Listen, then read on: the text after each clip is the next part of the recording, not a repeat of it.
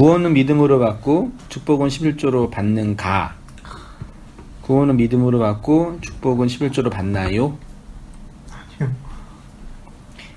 이 제목의 명제에 잘못된 명제가 있죠. 구원론적인 측면에서. 오늘 설교의 핵심인데. 이게 흔히 한국교회 7, 88, 90% 이상이라 그럴까요? 네, 이상이요. 90% 이상은 이런 식의 구원론, 네, 구원관을 맞습니다. 가지고 있죠. 구원은 믿음으로 믿음으로 받고, 축복은 11, 이 안에 담겨져 있는 여러 가지 상황에 한번 유추해 보세요. 어떤 상황인 것 같아요?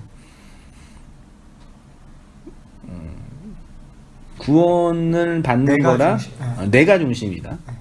그러니까 구원과 축복을 어떻게 해놨어요? 나눠놨어요. 분리해놨죠.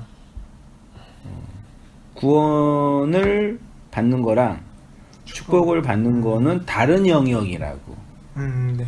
즉, 구원은 내세에 받는, 흔히 말해서 지옥 가지 않고, 그놈의 지옥 가지 않고 좋은 데 가는 것을 왜 이렇게 사람들은 좋아할까?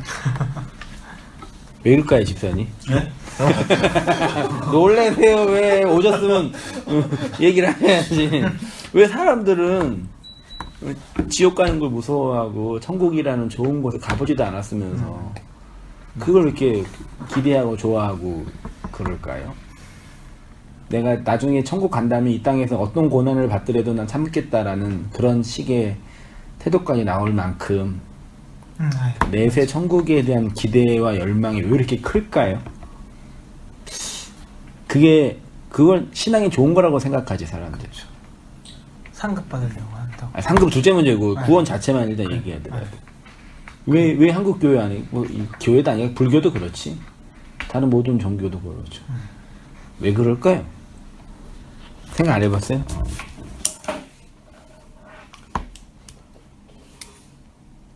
오랫동안 집사님 속 마음으로는 뭔가 자기 생각에는 이제 천국에 가면은 뭔가 마음을 필 수 있고 편안하고. 지옥에 가면 뭔가 잡혀 살 거다 이런 중심적으로 생각을 할 거. 그런 생각해요? 정양제가? 그런 방식으로 저도 이제 약간 좀 그런 생각이 좀 들긴 하는데 이제 왠지 다른 분도 기본적으로 그런 방식으로 생각을 할 것 같아요. 그렇게 배워왔으니까 좀 그렇게 됩니다. 배웠다고만 하지 말고. 아니 근데 다 그런 식으로 교회에서 막. 그러니까 그러는 줄 안 거예요? 대부분 그래요. 근데 진짜 그렇게 계속 주입식으로 하니까 이제 안 천국은 가더라도 좋은 곳이고 잡혀서 그러니까 말인데. 거기를 자꾸 소망하게 하고 지옥은 막 병들 막 벌레도 있고 막 무서운 막 그런 걸 일으키니까. 아니 여기가 가기 지옥인데 무슨 뭐 어디 그래. 지금 여기가 살고 있는 여기가 그렇게 자꾸 정양제 한 사람은 얘기한 그 얘기 자체가 우리 현실의 지옥인데 무슨 개뿔 어디가 힘든 거라고. 아닌가?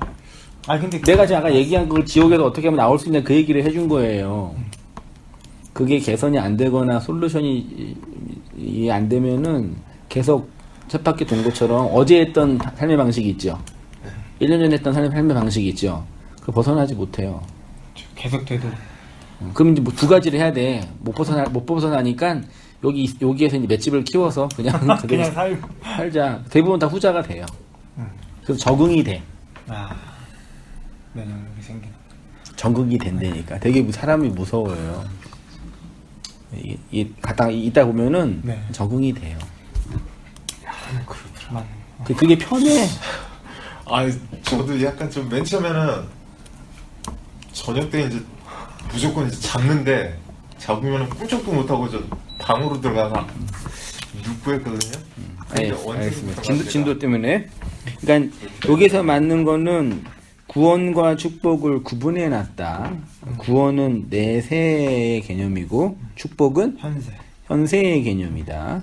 그리고 구원은 이미 받았다. 라는 게 전제되어 있는 거지. 네. 지가 뭔데. 네, 그러니까. 구원의 확신을 빨리. 이미 없으면 구원은 받았으니까 됐고, 그건 됐고. 그럼 이제 이 땅에서 어떻게 이제 잘 먹고 잘 사냐. 인간의 본성이죠. 네. 그거를 이제 치고 들어가는 거지. 이게 기독교의? 아니죠. 그 대부분. 이게 기독교의? 아유. 오늘 새벽부터 아주 많이 힘들었어. 맞아, 그래서 많이 에너지 많이 써봐. 조금씩 부 아주 조금씩. 괜찮아. 됐어. 기독교냐고요.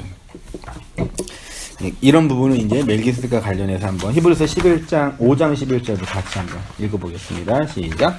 멜기세덱에 관하여는 우리가 할 말이 많으나 너희의 듣는 것이 두나무로 설명하기 어려우니라.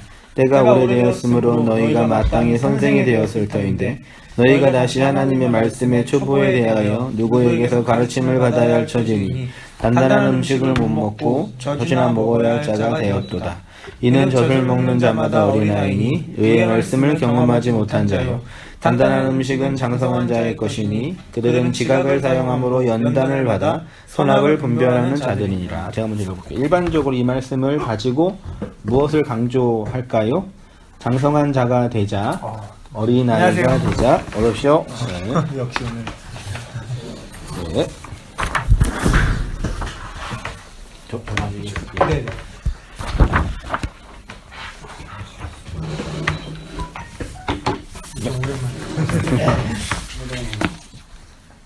처음 시작했습니다. 예. 네. 어디죠? 어린아이가 되자라는 취지로 말씀을 합니다. 그럼 본문이 말하는 어린아이는 어떤 신앙을 가리키는 것일까요? 또 신앙이 장성한다라는 것은 무슨 뜻일까요? 한번 읽어주세요. 네, 초신자와 어린아이 신앙. 일반적으로 교회에서 관용적으로 사용하는 초신자의 개념을 어린아이 신앙이라고 정의하고 이것의 반대를 장성한 자의 신앙이라고 구분합니다.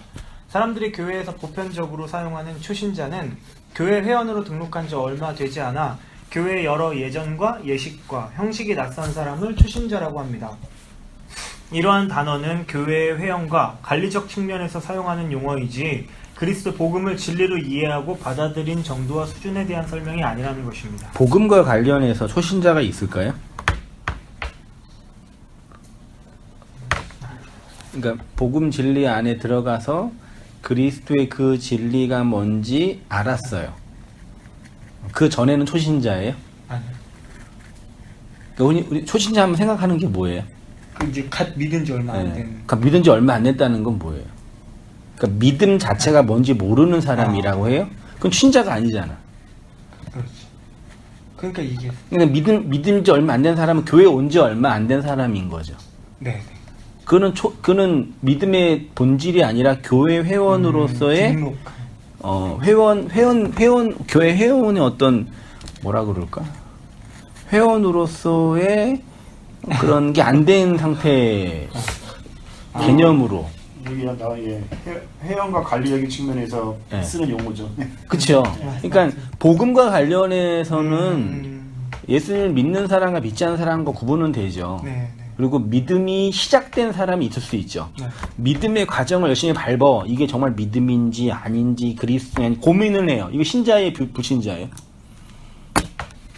고민을 하는 상태. 아, 예수님이 누굴까? 하나님의 나라가 뭘까? 천국이 뭘까? 복음이 뭐지? 배우잖아요. 네. 그건 신자예요, 불신자예요? 신자도 아니고 불신자. 아이, 신자인데. 전지선이 어떻게 생각하세요? 놀래. 신자. 아니, 하나님이 누굴까? 내가 믿는 믿음의 도리가 뭐지? 네. 고민한다고 쳐요. 그럼 신자예요, 불신자예요? 의심을 하는. 의심이 아니라 그리스도가 누군지 하나하나 배워가고 있다. 우리가 처음부터 불신자, 소위 말해 불신자에서 신자가 될 때 예수님이 누군지 배워가잖아요. 배워가고 있는 과정에 있는 사람이 신자예요, 불신자예요? 과정? 불신자. 우리 집사님은 신자. 신자인데. 그러니까 성경이 말하는 믿는 자는요. 믿음의 과정을 다 밟고 이게 믿음이구나 라고 안 사람이 신자예요. 그건 정말 맞는 그게 중요한 게 아니라 제발 동의되시죠? 그러니까 우리 되게 이거 혼란스러워 만드니까 그 교회는 항상 신자 불신자가 혼존해요. 교회 이 공동체에서는요. 왜냐하면 믿음이 된 사람이 있는가 하면 믿음의 과정을 밟고 있어서 믿음을 배워가는 사람이 있거든요. 그래서 이 구분을 그러니까 이거를 구분해서 넌 믿음이 없어 이게 아니라 우리가 믿고 있는 믿음의 도리가 뭔지가 이제 알았어. 그게 뭔지 이제 내 안에 정리가 됐어. 이거랑 지금 그게 뭔지 배워가고 있는 과정이 이건 구분해야죠. 그러니까 육신적인 예수를 믿느냐, 네. 그리스도를 믿느냐 이제 그게 그러니까 그런 표현일 수도 있죠. 네, 그렇게 표현될 수도 있고 율법적인 행위로 믿음을 대체하는 사람들도 있고 교회 회원으로서 그러니까 한국 교회 이상한 그 구조가 있어서 초신자 그 다음에 집사, 안수 집사, 권사, 장로 단계를 밟아서 이게 단계를 밟는 게 신앙이 높은 거다는 어떤 그런 상식이 있잖아요. 근데 100번 양보해서 장로님이 되고 심지어 목사가 돼도 믿음과 상관이 없는 사람이 있죠. 네. 맞잖아요. 그러니까 인격이나 그 사람의 성품의 문제가 아니라 믿음의 도리가 뭔지를 모르기 때문에 그냥 교회에서 오래 하다 보니까 장로라는 어떤 이 어떤 타이틀이 되고 교회가 익숙해지는 거예요. 교회에서 봉사하고 일하고 헌금하고 이것저것 하면은 교회에서 인정해주고 저분은 참 신앙 좋은 사람. 그러니까 그 신앙 좋은 게 아니라 교회라는 구조에서 그냥 열심히 애쓰신 어떤 일을 하신 거예요. 그거 자체가 나쁘다고 비난하는 게 아니라 그러니까 혼란스러운 이게 신앙 자체를 평가하는 것과 교회 공동체 회원으로 이렇게 성장하는 거를 이거 구분을 못 하는 거예요. 그렇죠. 그러니까 대부분 교회에서 신앙이 좋은 사람은 그냥 교회 공동체에서 오래 일해서 봉사죠. 신앙 뭐라 그럴까요? 경험치가 많으신 오래 일하신 분 정도죠. 네. 경력직이네. 네, 교회 경험 많이 하고 경력 많이 해서 그럼 헤게모니도 만들어지고 교회 어떤 아는 사람도 많아지고 그러면 이제 정치적인 힘도 생기고 교회에 무슨 정치가 필요한지 모르겠는데 이런 그런 이상한 그러니까 그 자체 사람이 모이는 곳이니까 그런 건 당연히 있는 거죠. 그렇죠. 예, 그럼 당연히 있는 건데 그게 뭐 옳다 나쁘다 문제가 아니라 그러니까 우리 한국 교회에서 말하는 이 초신자의 개념은 복음을 배워가는 사람이라고 생각하기보다는 그냥 교회라는 그 집단 헤게모니 안에 들어온 그 뭐라 그러면 좋을까요? 그러니까 군대에서 말하면 뭐 이등병 아니면 저 뭐냐 그 훈련병 그렇죠. 그런 식의 어떤 조직과 관련된 개념이죠.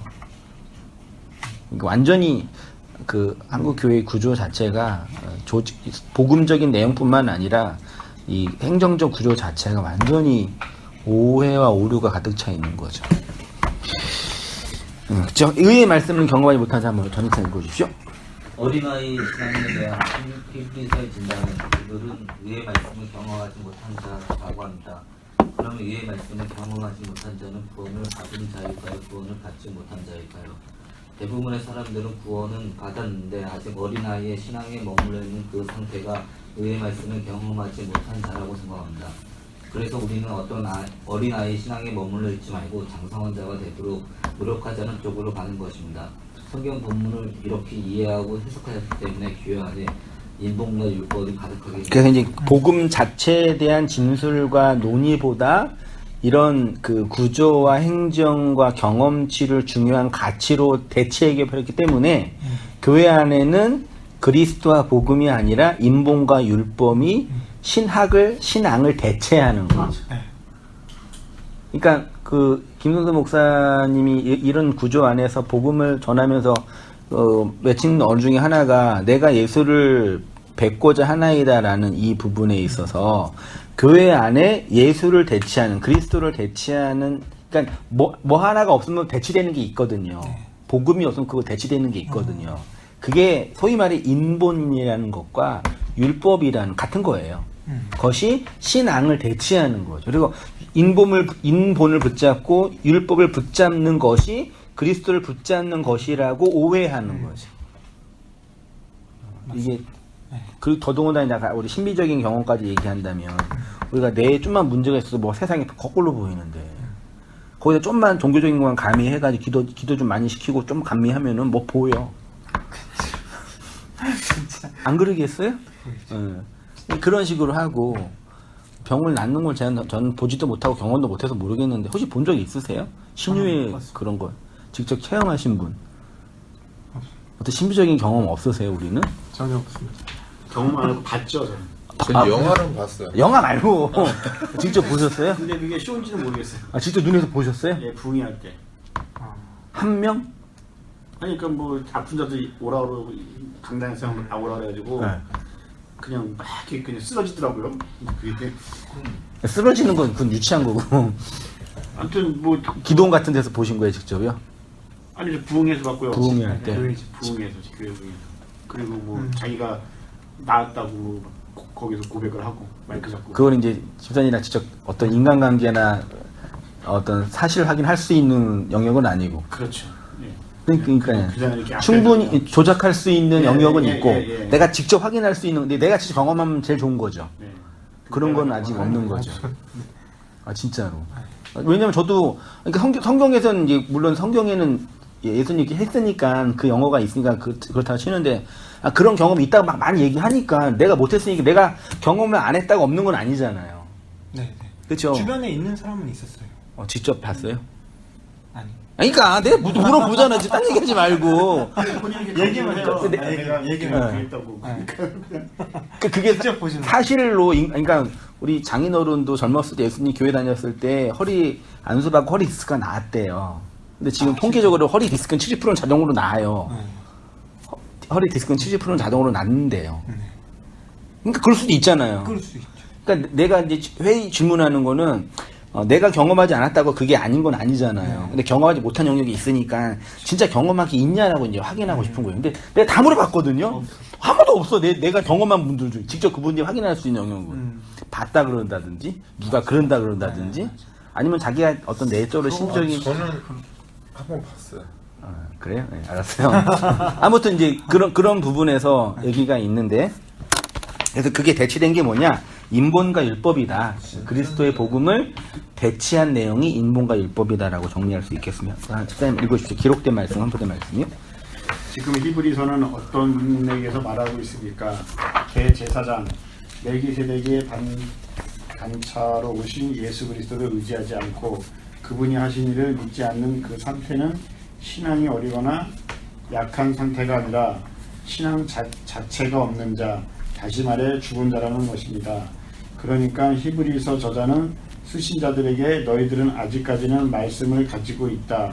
그런데 그 말씀을 예수라는 그 하나의 주제로 풀어내지 못하고 있으므로 너희는 구원받은 자가 아니라는 경고로 말씀하시는 것입니다.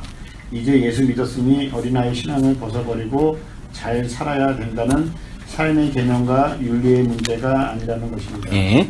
하나님이 선택하지 않는 자는 아무리 말씀을 열심히 공부하고 배워도 그 성경의 진의는 그가 공부한 양에 따라 더 분명해지고 더 깊어지는 것이 아닙니다. 제가 이렇게 말씀을 가르치고 가르친다는 말도 참 어폐가 있지만 말씀을 전하고 가르치고 있는데 늘 느끼는 거지만요. 설교를 많이 듣고 누구 설교를 공부를 많이 하고 학습을 많이 하는 것도 중요한데 그 사람이 진리가 되고 그리스도의 복음 자체를 경험하는 거는 인간의 요소가 아니라 밖에서 들어온 초월적인 요소라는 영역이죠. 그냥 주어진 거고 되어지는 거고 이루어지는 거죠. 이해될 수 있으시나요? 네.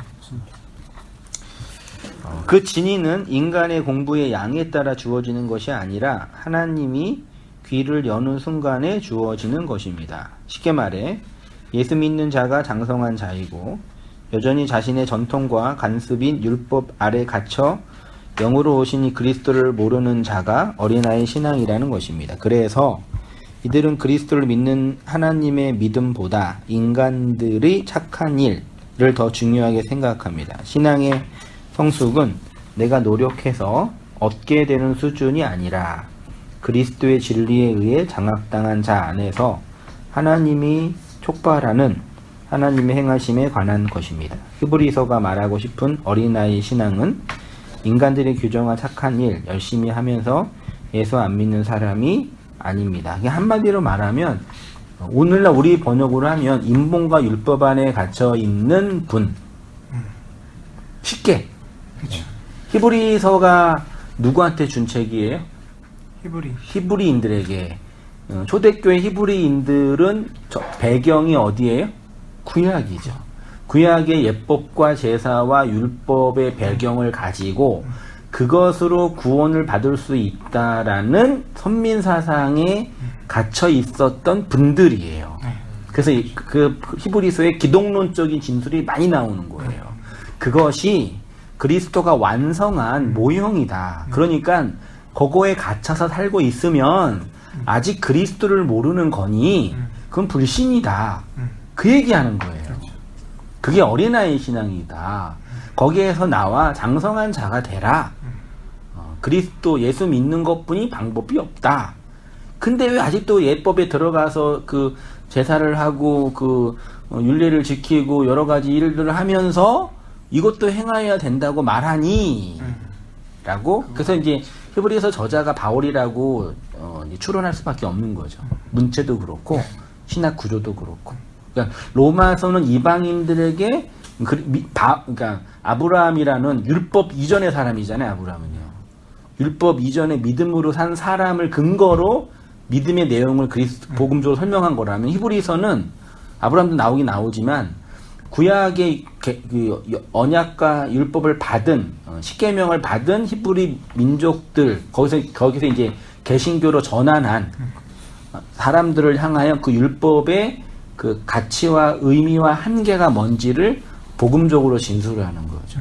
이게 딱 성경의 문맥이고, 그러면 우리는 이 20세기, 21세기에 율법과 인본이 가득한 칼빈주의라고도 하고 웨슬리주의라고도 하고 이런 가득한 이 인본이 가득한 이 기독교 문명 안에 어떻게 그리스도의 복음을 전하냐에 또 다른 어떤 전환이 필요한 거죠. 그러니까 그때 역사적 상황은 다르지만 적용되고 나타나는 진리의 내용은 똑같은 거죠. 그렇게 전체를 읽어내면 그런 의미에서 여전히 한국 교회도 바울이 지적했던 것처럼 그 히브리인들이 구약 율법에 갇혀서 그들의 예전과 종교 형식이 구원의 도리라고 믿고 있었던 것과 똑같은 방식인 거죠. 내용은요. 예. 율법의 행위로부터의 안식이죠. 안식. 예. 읽어주십시오. 하나님 나라 백성의 존재 양식을 자신의 의와 열심을 율법의 행위를 힘쓰므로 얻게 되는 것이 아니라 인간의 자기 의와 율법 행위가 무너짐으로 주어진 안식입니다. 예, 죄송합니다. 하나님 나라 백성의 존재 양식은 주어가 돼요. 목적어가 되면 앞뒤가 안 맞죠. 양식은 율법의 행위가 아니라 하나님에 의해 주어지는 그 무엇이다. 예. 창세기 하나님의 창조 사역은 안식을 향하여 움직이고 있습니다. 안식이란 아무것도 안 하는 것이 아니라 하나님에 의해서 주어지는 것입니다. 성경이 말하는 안식에는 어떤 의미가 있는 것이냐면 무엇인가 끊임없이 행하여서 나의 존재를 확인하는 그 노동을 하지 않아도 되는 그 상태를 안식이라고 하는 거죠. 그래서 안식에 들어가라. 가나안에 들어간다라는 표현으로 하는 거죠. 멜기세덱에 관하여는 우리가 할 말이 많으나 너희는 듣는 것이 둔함으로 설명하기 멜기세덱 지난주 했었죠? 네, 지난주도 했고 결론 뭐 과정이란 내용이 다 이해가 안 되면 그냥 의의 왕이신 예수 그리스도를 예표하고 상징하는 거죠. 예수님에 관해서는 말하는 게 어렵대요. 어렵나요? 우리 교회에서 예수 말하지 않는 목사가 어디 있고 예수 모르는 성도가 어디 있어요? 근데 문제는 뭐예요? 그 예수가? 그 예수님이 아니라. 그 예수가 아니 예수라는 존재가 예수라는 단어 속에 있는 건 아니잖아요. 우리가 보편적으로 사용하는 예수라는 보편 명사 속에 예수가 있는 건 아니잖아요. 껍데기잖아요. 로고스잖아요. 그 안에 있는 그 예수는 어려운 거죠. 내 안에 믿음으로 주어지는 거죠. 안식, 율법의 껍데기가 벗어나고 죄와 악이 폭로되는 그 현실 속에서 그리스도가 주어지는 거죠. 그래서 어려운 거라고 표현하는 거죠. 근데 듣는 것 있죠? 이 들리는 거예요. 들리는 것이 둔함으로 있죠. 설명하다가 레고고요. 어려우다가 뒤세르메뉴토스 단어도 어려워요. 뒤세르메뉴토스인데 뒤스라는 그 헬라어가요. 부정 접두어예요. 보통 일반적으로 헬라어에서는요. 그 다음에 그 메뉴토스는 해석하다. 헤르메뉴 이제 헤르메스 신화처럼. 그러니까 헤르메스 이게 신이잖아요. 이게 해석의 신이거든요. 우리가 지금 이렇게 5명이서 말을 하잖아요. 이 말을 다 지금 알아먹고 있으세요? 일반적으로 이 말을 알아먹으려면 말하는 사이사이에 신이 와야 돼요. 누구의 해석의 신이 와서 이 사람 말을 이 사람 말이 이해해야 돼요. 그래야지 말이 전달된대요. 요거 맞죠? 그리고 말을 해도 못 알아먹죠. 늘 느끼는 거예요. 근데 내가 아까 그대한테 얘기한 게 뭐냐면 가족의 세 구성원이 살잖아요. 네. 말을 딴 말을 하는 거야. 네. 의사소통이 안 되는 거예요. 같이 한국말을 하는데 그 마음 속에 있는 내용이 뭔지 서로 모르는 거예요. 그러니까 말을 하면 할수록 뭐가 받아요? 상처받는 거예요. 그래서 각자 나라에 따로 그래서 분리 나오는 싶은 거예요. 나오는 것 자체가. 그거를 이제 종합적으로 이해한 상담자나 구성원이나 리더가 개선해야 되는데 만만치 않. 이거 일반적인 얘기고 네. 복음과 관련해서 마찬가지예요. 하나님이 말씀이라는 이 성경과 기록된 성경과 혹은 기록된 성경을 설교하고 가르치는 교사로서의 인생을 통해 말하시잖아요. 그 말이 성령에 의해서 해석되어진 언어로 증거되지 않으면 어느 누구도 그리스도를 몰라요. 그냥 이 땅에 필요한 돈 버는 얘기, 사는 얘기, 일상 얘기, 감정 얘기, 이런 얘기 정도는 가능한데 그 진리를 전하는 건 하나님이 그 영으로 부어지는 거죠. 근데 그렇게 부어져서 이해되어진, 들려진 어떤 자들이 있는 거죠. 네. 그들이 교회이고 공동체인 거죠. 근데 그 설명을 해석되어지지 않는다 그렇게 표현한 거죠. 네. 너희 듣는 것이 두나무로 해석되지 않는 말 누구 입을 찾으시죠? 네, 전집사님 읽으시죠. 11절을 원문에 근거하여 해석하면 멜기세덱에 관한 풍성한 내용이 있는데 너희에게 듣는 귀가 없기 때문에 그 멜기세덱이 해석되어진 진리로 이해되지 않는다는 말씀입니다. 쉽게 말하면 너희들에게 내가 아무리 얘기해줘도 너희는 못 알아먹는다 라는 뜻입니다. 그렇게 계속 못 알아먹고 그 말씀을 의의 말씀으로 경험하지 못하고 받아들이지 못하면 구원 못 받는다고 경고하는 것입니다. 그리고 계속해서 제사장에 관한 말씀을 합니다.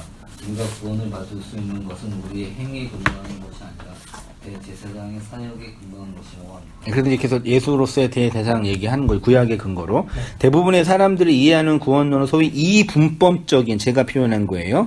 이 표현할 게 없으니까 이 분법적인 구원론인데 어떤 진술이냐면 어떤 이는 구원의 두 측면이라고도 말하는데 쉽게 말하면 구원은 뭘로 받고요? 믿음으로 받고 축복은 상급은 11조. 주일 성수나 봉사나 그러니까 전자와 후자를 다 구분해 놨죠. 네. 믿음은 눈에 보이는 어떤 물리적인 행위가 아니죠. 네, 초월적인 무형의 가치잖아요. 안 보여요. 믿음이라는 것도 구원이라는 것도. 근데 그것들을 보이게 하는 그 사물이 뭐예요? 눈에 보이는 것들을. 그러니까 축복을 물리적인 축복으로 해석하잖아요. 근데 그것들을 얻을 수 있는 방법은 여러 가지 종교 행위. 주일 성수와 이 주일 성수 봉사 11조가 뭐예요? 이게 왜 생긴 거예요? 잘 생각해 보세요. 왜 생긴 거예요? 주일 성수 대표님 주일 성수 11조 봉사 있잖아요. 이게 왜 있는 거예요? 이게 왜 필요해요? 구원. 네? 구원 때문에. 그런 전통적인 거. 축복받으려면 교회 운영 때문에 그치 정확하게 있어. 교회 운영. 구원 있다고 쳐요. 요거면 구원 있다고 쳐요. 100번 양보해서 쳐요. 예. 근데 본질적인 거는 괜찮아. 오늘 유난히 많이 힘들어한다. 잠을 못 자서. 오늘 집에 어제 가서 쉬어야 되는데. 괜찮아. 괜찮지 지금? 괜찮지? 응. 오케이 됐어. 근데 정말 짧게 계속 열어보는 거. 몸이 상태가 안 좋으니까. 그래요. 잠 못 자고 그러니까 그러니까. 잘하고 좀 그렇게 얘기를 해도. 아무튼 다시 우리 얘기로 와서 이게 이제 교회를 그러니까 현실 교회를 운영하는 운영 방식이죠. 그렇지. 교회 운영이 필요하니까. 그래서 이제 이거 없으면 교회 운영 안 되잖아요. 안 되죠. 특히 11조. 11도 그렇고 이제 네. 주일 성수도 사람이 교회 안 오면 운영이 안 되잖아요. 그죠? 그 상급은 교회 봉사는 일을 해야 하는 구조. 물론 근데 이거를 하면 되게 기쁘죠. 기쁘죠. 기뻤죠. 주선이 안 보셔서 저는 안 해봐서 모르겠어요. 되게 되게 믿음 좋은 줄 알고. 그러니까 뭐죠? 내가 열심히 하면 스스로 기뻐하는 게 뭐라 그러지 그거를? 그냥 기특한 생각이 들지 스스로. 네. 이거 내가 했으니까. 자화자찬이라고. 그러니까 아유. 뿌듯해야죠. 네. 이렇게 희생을 해서 이걸 했다라는 거. 그러니까 뭔가 자신감이. 그 뿌듯함이 인간 안에 있는 기본적인 정서에 이렇게 나쁘다는 얘기가 아니라요. 그러니까 제가 말하고 싶은 거는 이런 행위가 나쁘다 이거 말하고 싶은 게 아니라 이게 도대체 왜 만들어졌냐 생각해 보세요 한번.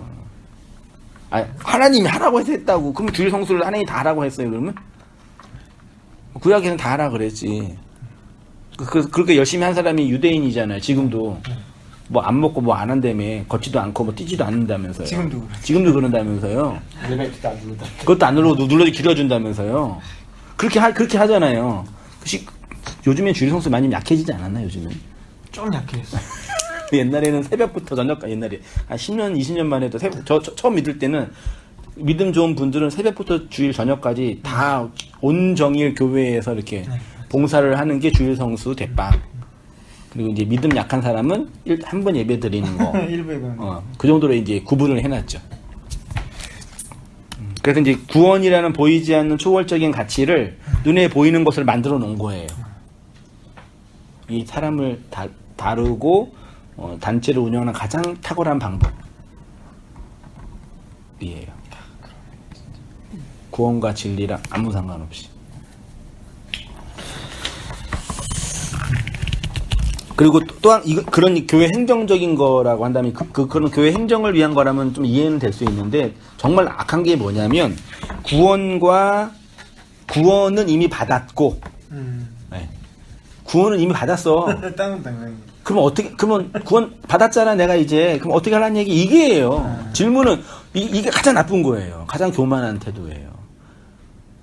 우리가 구원받음을 확신하지 못한다는 얘기가 아니라 내가 노력하고 내가 확신하면 구원은 나한테 주어진다는 게 가장 인본과 율법의 핵심이잖아요.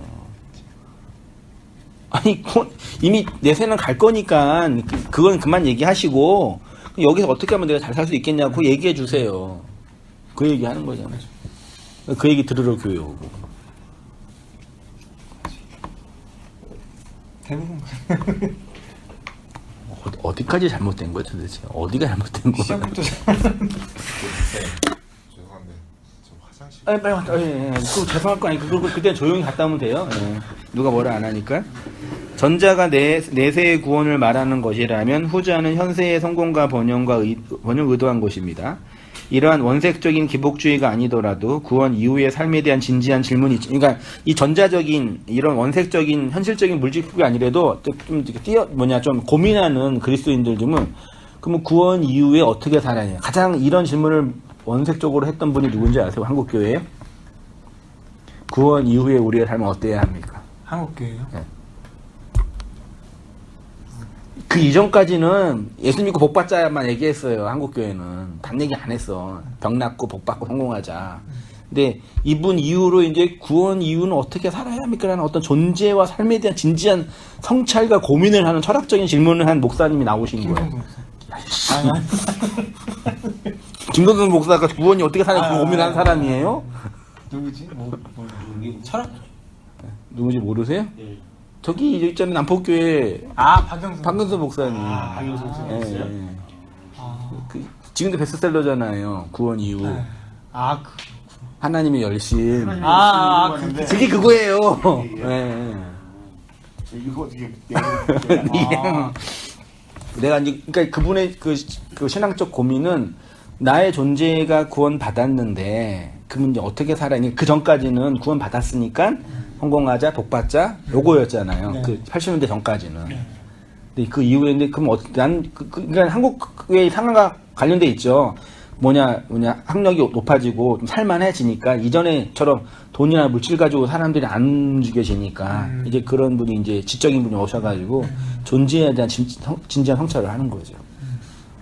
그래서 거기서 나온 게 이제 도덕적 성화와 관련된 물론 이제 그분은 도덕적 성화를 막 주장하지는 않았지만 그런 취지의 이 성화에 대한 하나님의 열심에 이끌려지는 그 인내 이런 표현이 이제 그렇죠. 이게 또 대세가 된 건 아니죠. 한국 교회는 어떤 그 이성적인 어떤 흐름이 됐죠.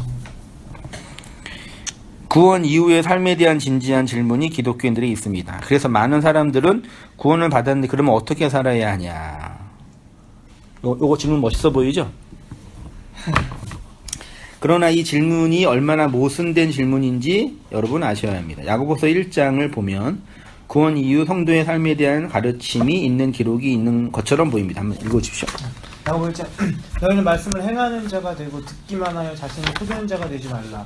누구든지 말씀을 듣고 행하지 아니하면 그는 거울로 자기의 생긴 얼굴을 보는 사람과 같아서 제 자신을 보고 가서 그 모습이 어떤 것인지를 곧 잊어버리거니와 자유롭게 하는 온전한 율법을 들여다보고 있는 자는 듣고 잊어버리는 자가 아니요 실천하는 자니 이 사람은 그 행하는 일에 복을 받으리라.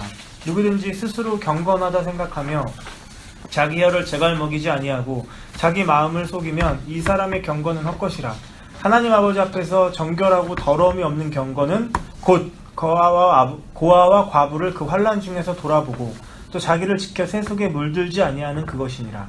그래서 이제 이런 야고보서가 그 구원론 자체를 강조했던 루터한테는 되게 해석하기 어려운 본문이 된 거죠. 그러니까 구원을 받았으니까 그러면 그 이후의 삶은 보세요. 내가 구원 받았잖아요. 존재가 우리는 이 세상에 나오는 것은 뭐뿐이 없어요. 인본과 율법뿐이 없잖아요. 그럼 나의 구원 받음을 뭘로 증명할 수밖에 없어요. 인본과 율법뿐이. 그래서 우리 교회에서 정죄하는 게 뭐예요? 아니 목사가 돼가지고 그렇게 해서 되겠습니까? 이게 무슨 의도예요? 이런 명제가 결국 뭐예요? 목사가 돼가지고 그러면 되겠습니까? 그러니까 목사라는 이 어떤 초월적인 일을 하는 사람의 인본과 율법적인 행위가 그따위냐 이거잖아요. 그러니까 당신의 그 진리됨을 설명할 수 있는 인본과 율법이 마음에 안 들어 이거잖아요. 그러니까 다 대안이 없는 거예요. 이해되시나요? 그러니까 그 사람을 평가할 수 있는 최선의 기준은 인본과 율법뿐이 없어요. 다른 거 있나요? 없죠. 우리가 말을 해도 진리를 말해도 그거는 인본과 율법의 말뿐이 되지 않는 거지. 다른 게 어떻게 가능해요? 좋게 표현을 해도 자기 생각에 맞지 않는 그런 얘기는 아니에요 지금. 그러니까 그래서 이런 야고보서도 보더라도 구원이라는 초월적인 걸 받았으니까 그 초월적인 받은 것의 증거가 물리적으로 인본과 율법으로 보여지는 어떤 그 무엇을 나타나야 된다. 라는 이 구도로 딱 구원을 딱 만들어 놨죠. 여기에서 한 발짝도 벗어나지 못하고 있어요. 벗어난 거 있어요? 없죠. 다 여기에서 이제 기복주의도 있고 신비주의도 있고 반법주의도 있고 기타 등등의 여러 가지 이제 종교적 분파가 있는 것뿐이죠 우리. 자, 그 부분에서 이제 뭐 완벽한 답은 아니겠지만 대부분의 사람들은 말씀을 듣고 행하지 않는 우리의 믿음은 가짜다라고 이해합니다. 그러니까 말씀을 들었죠. 네. 행하다는 것은 듣는 것에 대한 작용으로 나타나는 인본과 율법이라는 얘기예요. 그러니까 말이 안 맞는 거예요. 그러니까 진리됨은 인본과 율법으로 규정되지 않는 그 무엇인데 구원은 맞나요? 네. 이거 잘 헤아려야 됩니다. 내게 아니잖아요. 네. 밖에서 그리스도가 주어지는 그 무엇이잖아요. 근데 그거를 인본과 율법으로 규정하라 해버리니까 이게 뭔지도 모르는데 지금. 그걸 요걸로 해버리니까. 그래서 교회 오래 다니고 봉사하고 이거 하면 내가 구원 받는 것처럼 느껴지는 거죠. 주위에서 또 구원 받았다고 막 얘기해주고 그러니까요. 다른 방법이 없으니까. 자, 그런데 지금 여기서 말하는 말씀을 행하는 자가 되라는 단어는 포이에스테라는 단어래요. 포이에스테는 동사 포이에오에서 왔대요. 포이에오 많이 들어보셨죠? 네, 코이요. 포이에오. 히브리어의 아싸라는 동사인데 가장 기초적인 의미가 행하다예요. 행하다. 주로 행하다, 만들다라는 뜻인데 이 말은 다른 말로 하면 말씀이 움직이는 자. 번역도 좀 어렵지만 그러니까 말씀을 행한다라는 것은 내가 말씀의 주체가 되고 그 말씀이 나의 객체가 되어 그 말씀을 인간의 윤리와 계명으로 지켜낸다라는 것이 아니라 그 말씀이 주체가 되어 나를 행하게 한다라는 것입니다. 그 말씀이 우리 안에서 행하는 걸 한마디로 뭐라고 말할 수 있을까요? 그러니까 지금 야고보서가 말하는 야고보서가 말하는 말씀을 행하는 자, 듣지만 않고 행하는 자란가 뭐냐면 포이에오와 관련된 단어인데 그 말씀이 행하게 하는 자예요. 됐죠? 이 의미는 됐죠? 네. 그러면 그 말씀이 우리 안에 들어와서 우리로 하면 행하게 하는 그건 뭐예요? 율법과 율법이 아니라고 한다면? 네? 무적이. 되게 그 인사이트 있는 표현이에요. 하나님 말씀이 우리 안에서 행하는 게 있다 이 얘기예요. 이거를 이제 인간은 칸트 안에 갇혀 있는 우리 기독교는 인문과 율법으로뿐이 해석하지 못해요. 말씀 믿었지, 그리스도에 됐잖아. 그러면 착하게 살아. 요걸로 갈 수밖에 없잖아요. 말씀 믿었잖아. 그러면 네가 성공해야 돼. 그럼 네가 행복해야 돼. 요걸로만 가잖아요. 다른 거 아무것도 없잖아요. 그리고 성공하지 않으면 말씀이 없는 자처럼 보이고, 그 심지어는 아니 저렇게 해가지고 하나님 영광을 드러낼 수 있겠냐고. 고지론자들 하는 얘기. 우리가 가난해가지고 하나님 영광 드러낼 수 있냐고. 그 실패해가지고 하나님 영광 드러낼 수 있냐고. 병들고 아파서 하나님 영광 드러낼 수 있냐고. 딱 고지론적인 표현이잖아요. 그런 식. 그거 외에는 다른 길이 없는 거죠. 근데 그 말씀이 우리는 행하는 것이 있어요. 그래서 집사님께서 무적행이라는 단어로 표현하시는데 왜 그런 표현을 읽어보셔서 그러신 건가요? 뭐지? 무적행? 안 읽어봤으면 모르셨을까? 그러면 집사님 읽어주세요. 그러면 말씀에 의해 행하시는 것, 쉽게 말해 그리스도의 말씀이 우리 안에서 행하는 그 일은 무엇이 있습니까? 말씀이 우리 안에 들어오면 그 들어온 말씀이 우리의 무엇을 표현합니다. 다시 말해 우리의 죄와 나의 죄인됨과 죄를 드러내고 폭로한다는 것입니다. 그래서 말씀을 듣고 행하는 자 밑에 어떤 말씀이 있냐면 이 말씀을 듣고 행하지 않는 자에 대해 설명했습니다. 그는 거울을 보고 돌아서서 자기 얼굴을 잊어버리는 자라고 합니다. 이것이 무슨 말씀이냐면 말씀은 우리의 실체를 폭로하고 드러내어 나의 죄인됨을 보게 하는데 거울을 보고 돌아서서 자기 얼굴을 잊어버리는 자는 하나님이 자신은 죄인이라고 정죄하니까 자신이 죄인인 줄 아는데 실제로 자기의 죄를 보지 못한다는 것입니다. 너 죄인이야 라고 타자에 의해서 정죄를 받아 죄인이 되는 것과 자기 안에 그 죄를 직접 목격함으로 죄인됨을 인정하는 것은 전혀 다릅니다. 아까 초두에 말한 것처럼 구원은 믿음으로 받고 축복은 행위로 받는다는 이 구조는 누가 그렇게 그런다고 말하니까 그런 줄 안 거잖아요, 우리가요. 그쵸? 근데 우리 안에는 어떤 질문이 있었냐면 정말 그럴까라는 질문이 저한테 항상 있었어요. 구원 이후에 천국 가서 구원 말고 다른 상급이 있다고 하는데 그 상급에 열심히 노력하라고 하는데 아무리 100번 양보해도 내가 노력 많이 한다고 상급을 많이 받을 것 같지는 않았어요, 저는요. 누가 막 그렇게 얘기해도 저는 그래서 제가 잘못 이해하나 그랬어요. 근데 이게 저만의 생각은 아니에요. 그치요? 우리는 다 하나님 백성들 안에는 다 선택된 자들 안에는 다 그런 진리와 그리스도에 대한 근본적인 목마름과 질문이 있어요. 이 세상의 그 무엇으로도 이 물질과 자본과 관계로도 해결될 수 없는 그 근본적인 그 무엇이 있다고요. 그러니까 그걸로 말씀이 들리는 거지 사실은. 그리스도가 넣어준 그 씨로.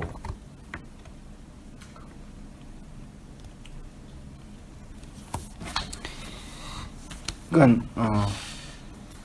이게 똑같아요. 우리는 죄인입니다. 회개하세요. 네, 죄인이에요. 회개할게요. 그게 아니라 누군가가 너 죄인이야가 아니라 내 안에 그 말씀 때문에 나가 스스로 나를 죄인으로 인정할 수밖에 없는 그 존재론적인 숙명 앞에 놓인다면 그게 아난케로 표현된 단어이기도 하고 내적으로는 집사님이 말씀하신 무적행과 관련된 내 안에 그 끝없는 그 무적행의 그 동굴이 있고 그래서 성경 가운데가 시편이잖아요. 시편의 가장 핵심적인 구절이 119편이거든요. 그게 말씀에 대한 찬송이잖아요. 근데 그 말씀이 내 안에 들어와서 하나님의 그 일을 행한다라는 고백이에요, 사실은. 이게 타자에 의해서 세뇌당한 지식이 아니라 밖에서 들어온 진리가 내 안에 열매를 내서 내 안에서 일어난 말씀이어야 돼요. 그거는 누가 주입한다고 될 것도 아니고 세뇌한다고 될 것도 아니에요.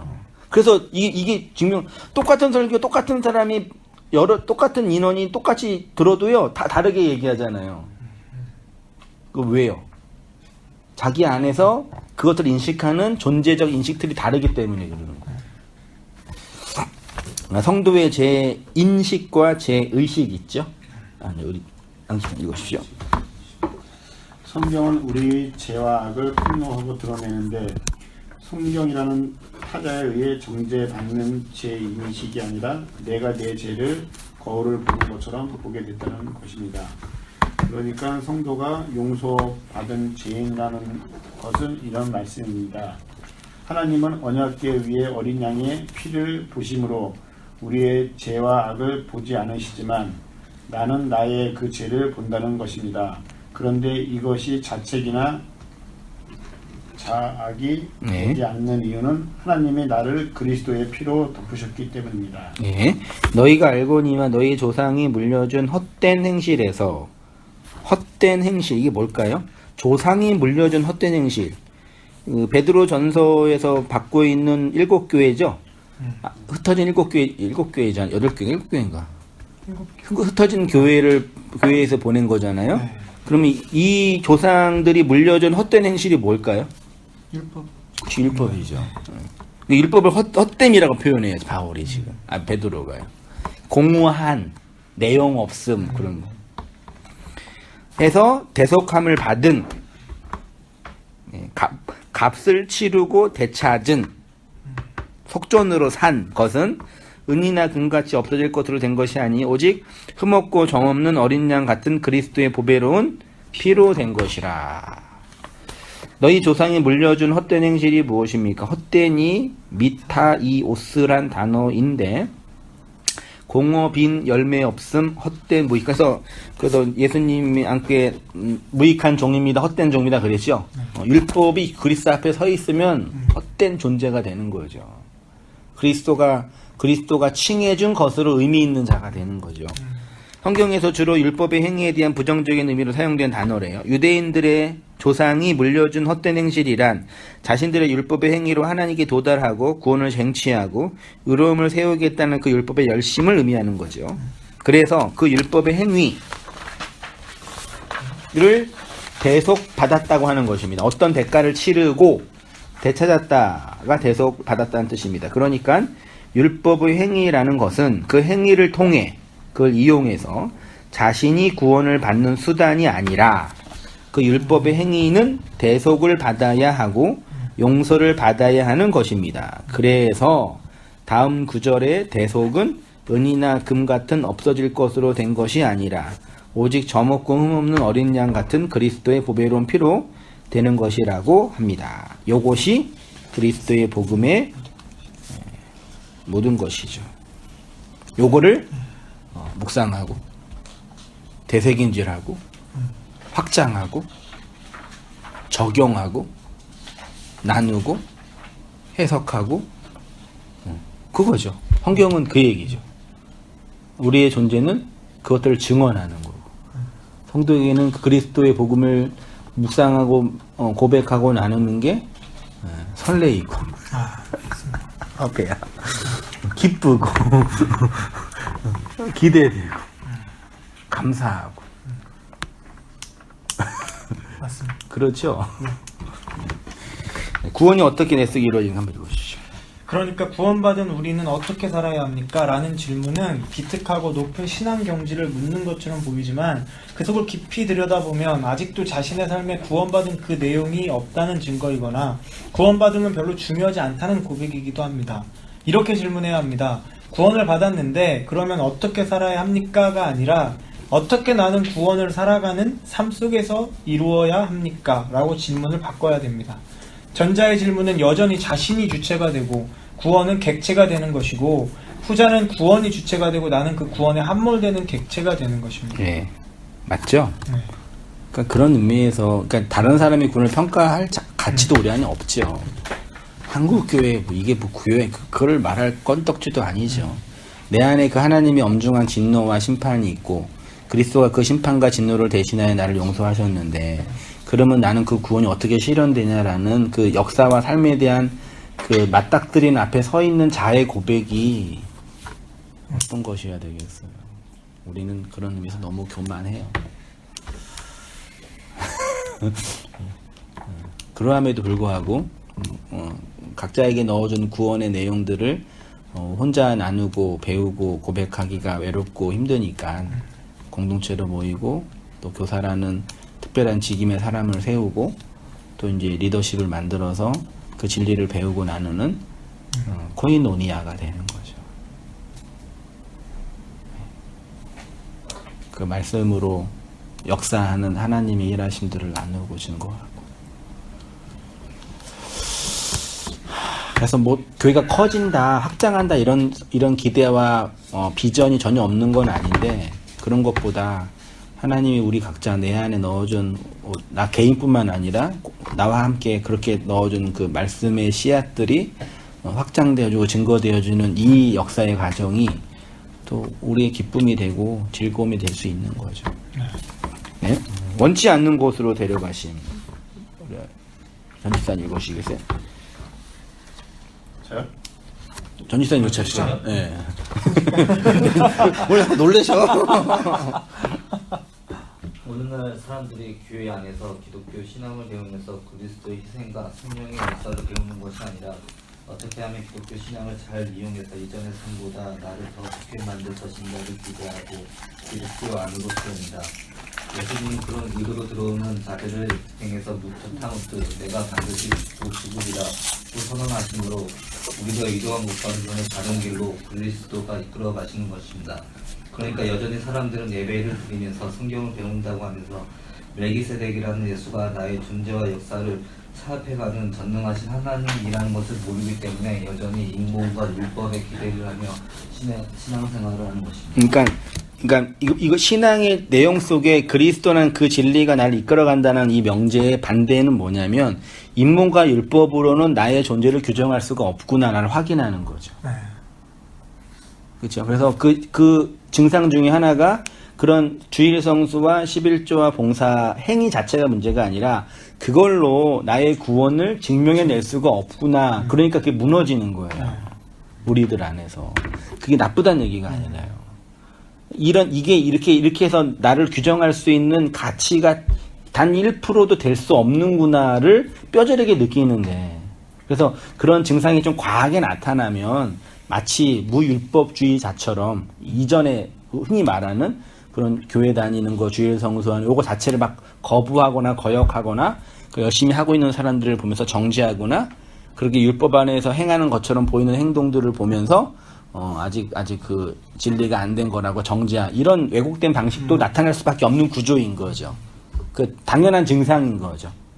우리 몸에 암이 들어왔어요. 그럼 뭘 받아야 돼요? 항암제를 받아야 되잖아요. 항암제를 받으면 암세포만 죽는 게 아니라 좋은 세포가 다 죽잖아요. 그런 반작용이 진리 안에 내용이 없는 건 아니란 말이에요. 우리 역사적 경험, 원래 그런 의도로 준 게 아닌데 우리가 받을 때 그럴 수밖에 없단 말이에요. 그런 증상이 나타나는 거는 지극히 자연스럽고 당연한 거예요.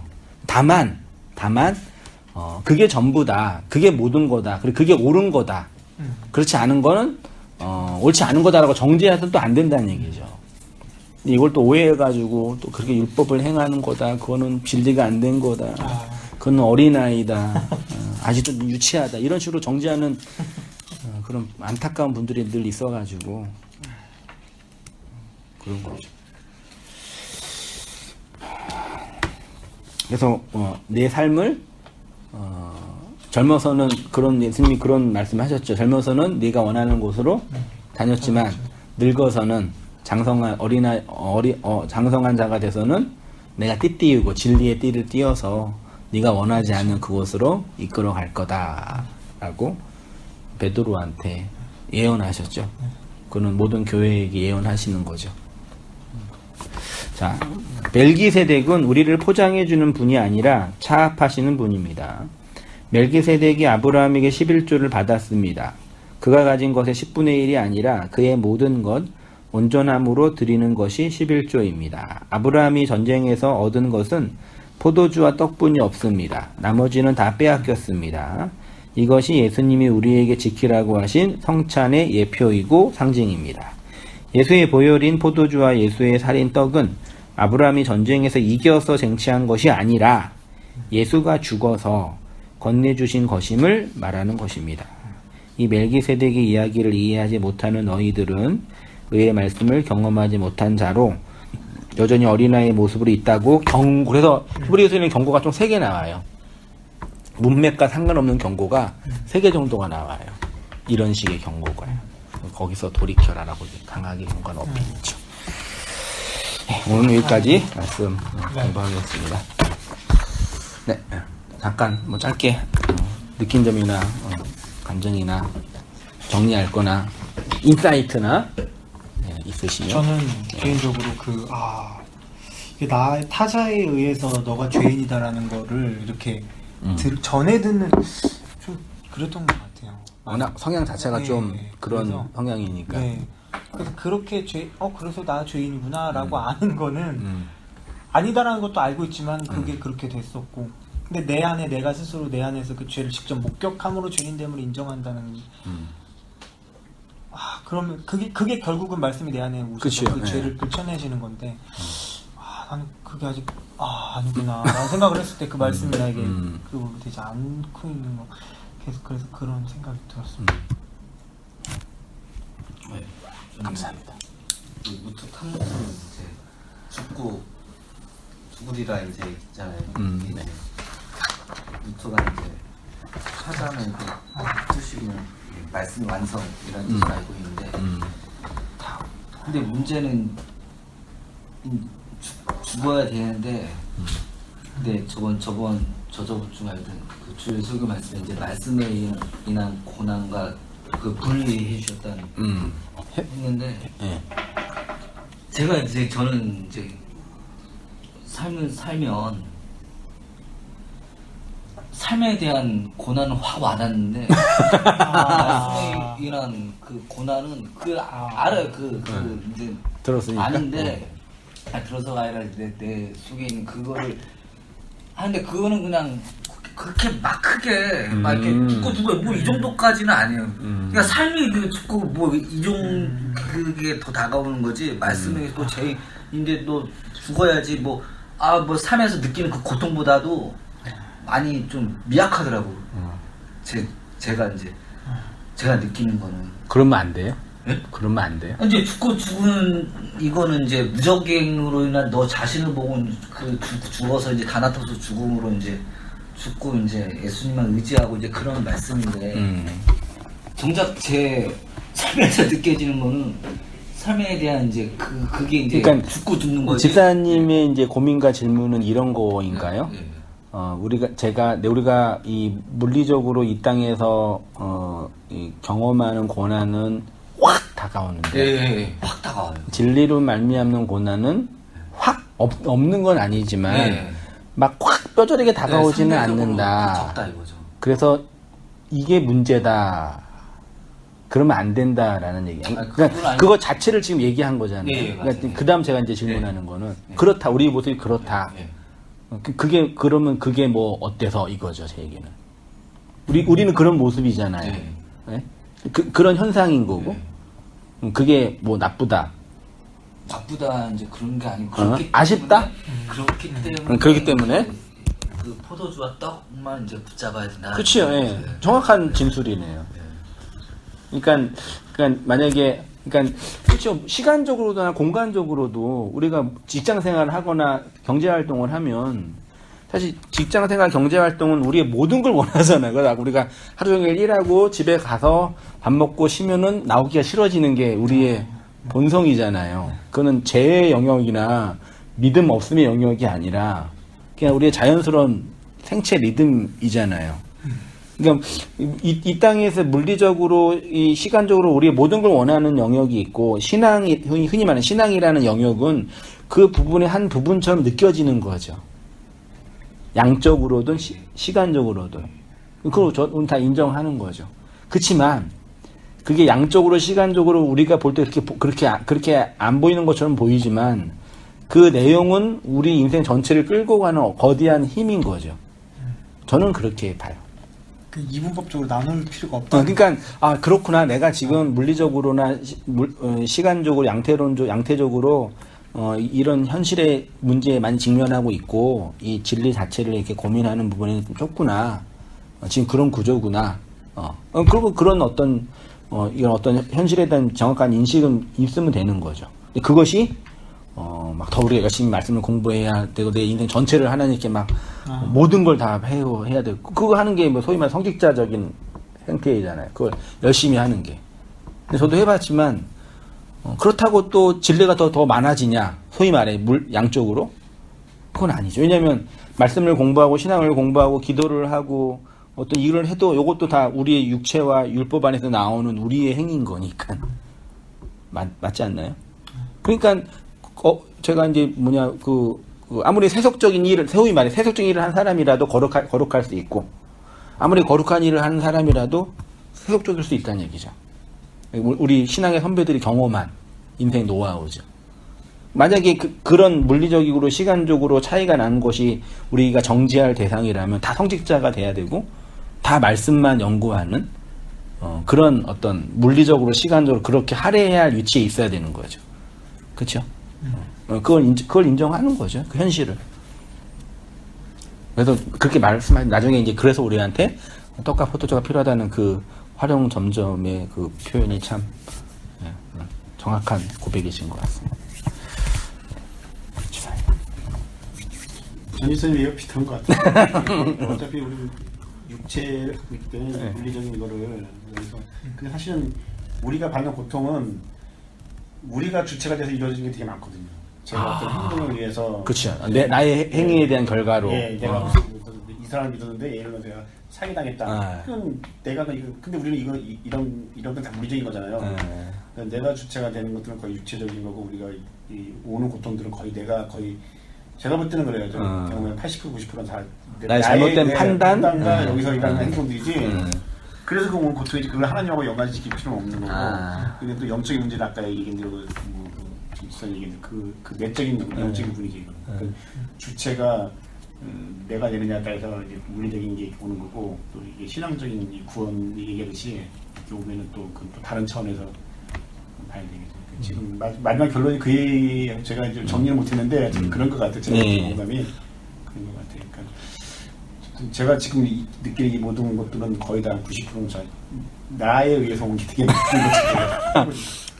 그렇게 되면 이제 어떤 이후에 어떻게 되시나요? 삶의 판단이나 행동이나 의식이나 그거를 해결 안 되니까 뭐 경제적이든 뭐 다른 거든 뭐 그것으로 인해서 계속 스트레스를 받는 거죠. 이걸 해결하기 위해서 그러니까 그래서 보니까 조금 무리수도 던지면서 또 계속 수렁에 빠지고 뭐 이런 경우도 있고요. 뭐 저도 좀 그런 ING 좀 진행형인 것도 있지만은 그 해결이 안 되죠. 그건 뭐 시간이 해결이 되고 그것도 뭐 뭐가 바뀌지 않는 이상은 그렇죠. 내가 돈이 갑자기 없는데 돈이 갑자기 빠져나왔단 말이에요. 이걸 어떻게 메꾸는 게 없잖아요. 이거 남의 걸 뺏어오지 않는 이상은.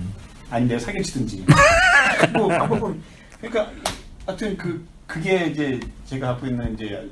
근데 이렇게 요즘에 이렇게 직장 생활하고 말씀 공부하고 이렇게 틈틈이 이렇게 일하다가 시간 나면 이제 공부하고 그러거든요. 이렇게 차 세워놓고 또 공부하고 말씀 공부하고. 근데 어떤 생각이 들었냐면 20살 때 기독교 신앙을 접하고 이것이 내 인생의 모든 것이고 나의 구원의 모든 것이다라고 고백하면서 소위 말해 올인이라는 걸 하는 거죠. 그래서 한편으로 되게 낭만적인 삶을 살았구나. 돈도 명예도 관계도 다 쓸데없고 나는 하나님만 있으면 돼. 이게 신앙 좋은 모습이잖아요. 대부분 옛날에 그게 살았고 실제로요. 정말 제 나름대로는 그게 뭐 나쁘다는 얘기가 아니라 근데 정확하게 세상과 나를 이렇게 정확하게 이치를 따지지 못한 되게 낭만적인 태도였죠. 그러니까 잃어버리죠. 왜냐하면 그렇다고 하나님이 나의 그 올곧은 그 낭만적인 신앙심 가지고 나를 이끌어 가시는 양반이 아니거든요, 저분은. 야, 네가 오해해놓고 나한테 왜 그래? 이렇게 하시는 거거든요. 나 원래 그렇게 너한테 한 게 아니야. 이해되시나요? 그렇게 되면서 어떤 인식이 오냐면은 현실과 그 현실을 정확하게 직관하는 거 요즘 용어로 뭐라 그러는지 알아요? 현타라 그러잖아요. 현타. 내가 사는 이 세상, 나의 모습이 정확하게 보이는 거예요. 관계도 그렇고, 내 위치도 그렇고, 신앙도 그렇고, 말씀도 그렇고. 옛날처럼 그 인본과 율법주의에 갇혀서 부목사로 있었을 때, 예를 들어 있었을 때, 그 주일 성수나 주일 봉사나, 그 다음에 11조의 실체를 보지 못했을 거 아니에요. 그 안에 갇혀 있으니까요. 근데 그렇게 나의 모습을 보니까, 이게 그렇게 우리한테 주라고 한 하나님의 율법의 행위가 아니라는 건 보이니까 정확하게 현실을 보는 거죠. 나도 보고, 쟤도 보고. 그래서 그 공자님도 40살 넘으면 불혹이라 그런 게, 불혹이 뭔지 알아요? 불혹. 의미. 불혹이 나이가 아니라, 불혹은 이 세상에 현혹되지 않는다. 안입을 네. 이 세상에 속지 않는다는 게 불혹이잖아요. 50이 지천명, 하늘 뜻 아는 거고, 30이 뭐죠? 입신이라 그러네? 뭐라 그러네? 뭘 세운다 그러네? 아무튼, 그런 식처럼, 그러니까 마치 그것처럼, 내가 이 세상에서 이런 존재고, 나는 이렇게 있는 거고, 하나님 나는 이런 관계구나. 정말 딱, 현타가 딱 들어오는 거예요. 그러니까 이제 최소한, 나의 욕망과 세상의 이치 사이에서 오는 그것 때문에 이게 속지는 않는 거죠. 그러니까 더 뭐죠? 더 긴장하게 되고, 더 이제 무섭게 되고, 그런 태도가 신앙이 없는 거라고 혹자는 비난할 수 있는데, 그런 게 아니죠. 우리의 신앙이 여기서 모이는 종교생활 몇 개, 성경공부 몇 개, 교회생활 몇 개로 증명할 수 있는 게 신앙이면 말이 되겠냐고, 그게. 그런 게 어딨어요, 세상에. 어떤 인간이 만든 그 집단에 헌신하고, 칼빈주의자가 되고 웨슬리안이 되고 그게 신앙 좋은 태도라고 누가 정한 거예요, 그런 걸? 사람들. 네. 그렇다고 그걸 자체를 무시할 필요는 없는데 공동체는 뭐 인간의 모습 필요니까. 그러니까 저는 그랬어요, 이렇게 현실의 모습에서 그래서 이 복음과 진리를 알면서 내 모습과 너의 모습과 우리의 모습들, 그러니까 성경의 모습이 정확하게 보이는 거예요. 그러니까 하나님이 나한테 기대하고 원하는 태도가 뭔지도 보이게 되고. 그니까 이렇게 내가 살아갈 수 있는 거고. 집사님 말씀에 이제 비추어서 또 저를 돌아본다면, 거기서 이제 광야 생활을 시작하는 거죠. 용서를 배워가고, 진리가 되고, 진리를 알아가고. 정말 아까 들었으니까. 네? 네. 아까 정말 많이 했으니까요. 저도 그랬습니다. 네. 그렇게 해서 또, 어떻게 살아야 하냐가 아니라, 나의 구원이 어떻게 역사 속에 이루어지냐라는 질문 속에서 겸손히 겸비하게 하나님의 은혜를 바라며 살아가는 모습 되었으면 좋겠습니다. 감사합니다. 고맙습니다.